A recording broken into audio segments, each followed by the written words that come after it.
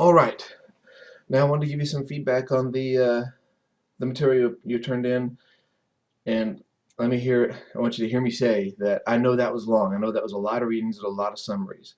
Um, but you're gonna be pleased when we go to the long essay and you have all that material to work with. If you did a good job on the summaries. If you didn't do it, I know it was long and you have to make tactical decisions. But anyway, if you did do it, then you have these, and if you did a good job on the summaries, then you have that to work from when we go to the long essay. All right, so let's take a look here. Again, we're going to work from it MLA wise first, and then we'll look at the actual content. Um, we got page numbers, we got a heading, we got margins. Title, yeah, that title, I think that's a good title because that's actually what I had y'all read. I wouldn't underline because I don't want you to get in a bad practice of underlining, because MLA back in 2009 kind of did away with underlining on the whole. Uh, so I just don't want you to get in a bad practice. So I think that's a better title. I like that title, but I just wouldn't underline it. All right, and then she's integrating the title of the piece and the author, so that's good. We have one quote in here, and we have a citation. Both of those are used well. I would tell you always when you are putting a quote to introduce it, and so you always want to introduce quotes so that we know what the context is. So, in fact, at one point, we are reminded. Some way to give us some context for this thing. So that we can tell, oh, okay, it's just not a quote dropped in from the heavens, didn't fall from the stars into this essay.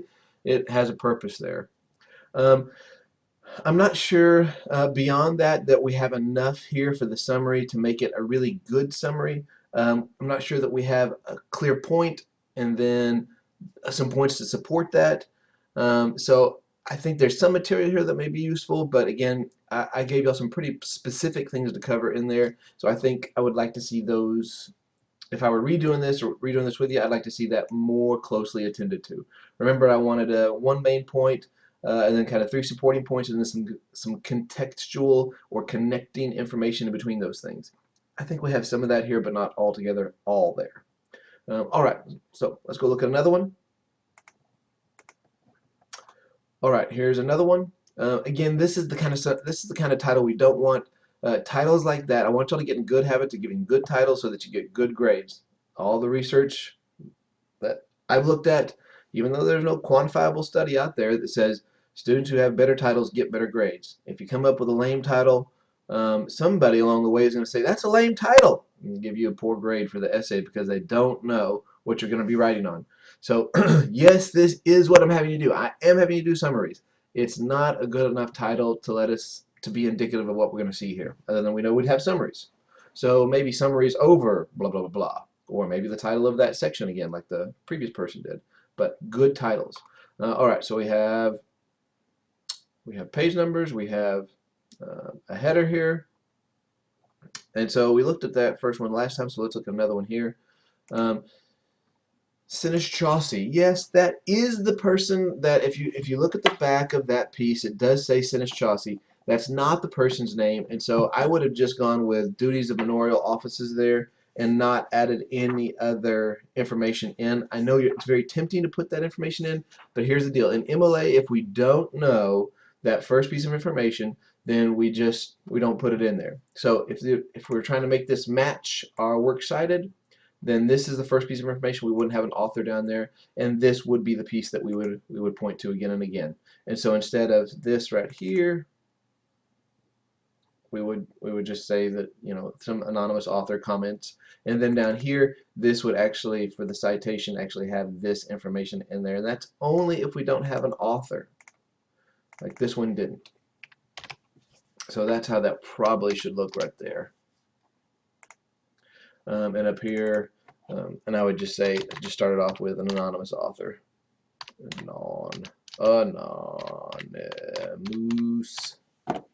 author of the period, and that's how I'd probably start that out. All right, then we have some decent information there. I'd probably go a little bit further, trying to put all the sentences that I asked in there for you. I didn't go look at it the works cited on the last one, so I want to look at the works cited on this one. So, as I said, we wouldn't have that information, even though it would be tempting to pull that from the back. This part is right, so that's right, but this part is not because titles of books, as we know, should be, wait for it, yes, italicized, that's right, they should be italicized. All right, we don't do by, that's back in high school. We know that this actually has editors, and then we have to reverse this, so these things have to be in alphabetical order. So Mary Martin McLaughlin has to be first. And we're going to take out the Martin because we don't want to jack around with that, because then we have to do something with Bruce over here. So we're going to take that out. But so the first one we get the name the right way. Wait, is that right? No, McLaughlin Mary. That's right. There we go. So that's how it should be. And this one we get that order correct. Yeah, it's a little wonky in my estimation, but that's what they're asking for. New York, yes. Viking, yes. Viking or Penguin. Penguin bought out Vikings imprimis, so that's right. And then this one page, actually supposed to give the whole page range there, and so I think that goes for like 9 pages or so. So make sure you're getting the whole page range up there. Other than that, it looks right. So make sure these things are looking the right way. I guarantee you there will be people, you will come across my colleagues who oh man, they love it for you to mess this up because they're going to take points off because it's an easy place to hit you. They'll take off for, hey, this is not right, or hey, this is not right, and they'll do it for each one. So that's why I'm really kind of pushing this, because I want this to be right, and I want that to be right so that these citations are right, because if it's not right down here, it won't be right up here. All right, let's go look at another one. Last one we'll look at. All right, this one has some larger issues. Where the other ones we could go right away. This one's got some issues. We don't have a page number. Let's go do that so we make sure we know how to do that. Insert page number, top of page, plain number 3. So then we have the 1 there, and all we have to do is go back and put in the last name here, and then we can just get out of there. Good. And we'll notice because we formatted it and then just type it in that it will rotate for us and it'll number the pages for us. Good. When it's margins, good. Right, got his first name and last name there, that's good. This, my name goes under y'all's name, and then the class and the date. And remember, the date has to be written a specific way now. 8 February, hey, not February, February, yeah, that's right. February, no, there we go. There's how it ought to look. All right, good title. It doesn't have the Jews in there also, but we'll assume that that's there. This right here, this is that whole thing I was talking about. Don't italicize everything. Don't just put everything in quotes. Make sure you're doing it the same way you're doing it off the bottom. In fact, I told y'all that in the assignment. So whatever it said down here, this is what it ought to say up here. I mean, if this thing is correct, I mean, this is not correct, so that's a mess in itself. But yeah, so just make sure this stuff is done right. I said, do this in the assignment. I actually tell you, do author and then title. And then, so we wouldn't want any of this italicized, because John of Salisbury is who he is. The only way that I figured out that we could do this well is to do this. And then here, because this is the title of the piece, to do that. And actually the period goes there. Alright, so something like that would be much more in keeping with what it needs to be. Then this John would obviously be this John of Salisbury here. Alright, so let's see what he said. In the reigns of the Commonwealth, the author... Oh yeah, wait, hey, we already did one of those, so let's do a different one here. Alright, so here's somebody who's not reading the announcements, not paying attention, because sure enough, I told y'all, don't even worry about this one. So this person is doing extra work they didn't have to do, reading a piece that was not that easy to work with. The I-ness of this, I know that he's trying to put it in the words of the person, and that's the problem, is that it doesn't really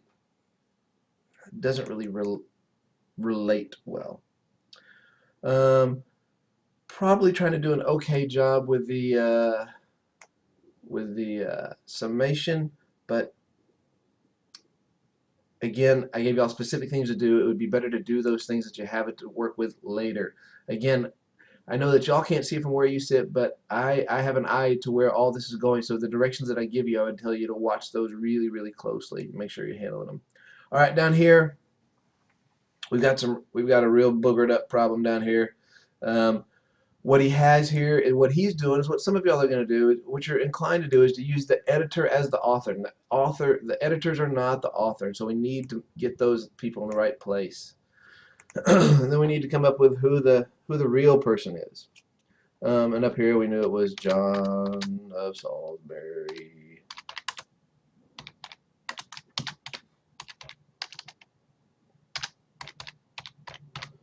There we go. That's a discrete piece of information, so period. Then the Commonwealth, yes, so this is right. And then this, he's got the right information, which is a pity because all we have to do to make that right is italicize it.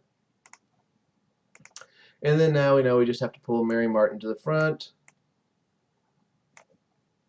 We need to get rid of that Martin business. Oh yeah, McLaughlin, we need to switch around. We need to give her a comma. And then we're going to give us a little and here. Then we're going to get Ross to the back. Get rid of the old Bruce here. Put a period in. Oh, there's that and. I was looking for that a second ago. Alright, then the New Yorker's right, the Viking's right. Again, that's Penguin, but that's good. This is good. We don't need the P. And book, yeah, that's not it. Print is what it is. It's a print resource. That's what we need to know. So right information there. The last thing is all these are just, they don't have the hanging indent and they're not double spaced. So all this needs to be double spaced. So first we'll do the double spacing. All needs to be double spaced. Then everything needs a hanging indent. There was the hanging indent right there. You won't find it until somebody tells you how to do it. And there's a little bit more how it should look. Hanging indent. The theory on the hanging indent is it's a whole lot easier to find the piece you're looking for if it's reverse indented rather than a regular indent. Alright, there you go. I hope that's helpful. I'll put up another video in a minute talking about some other things. Alright, bye.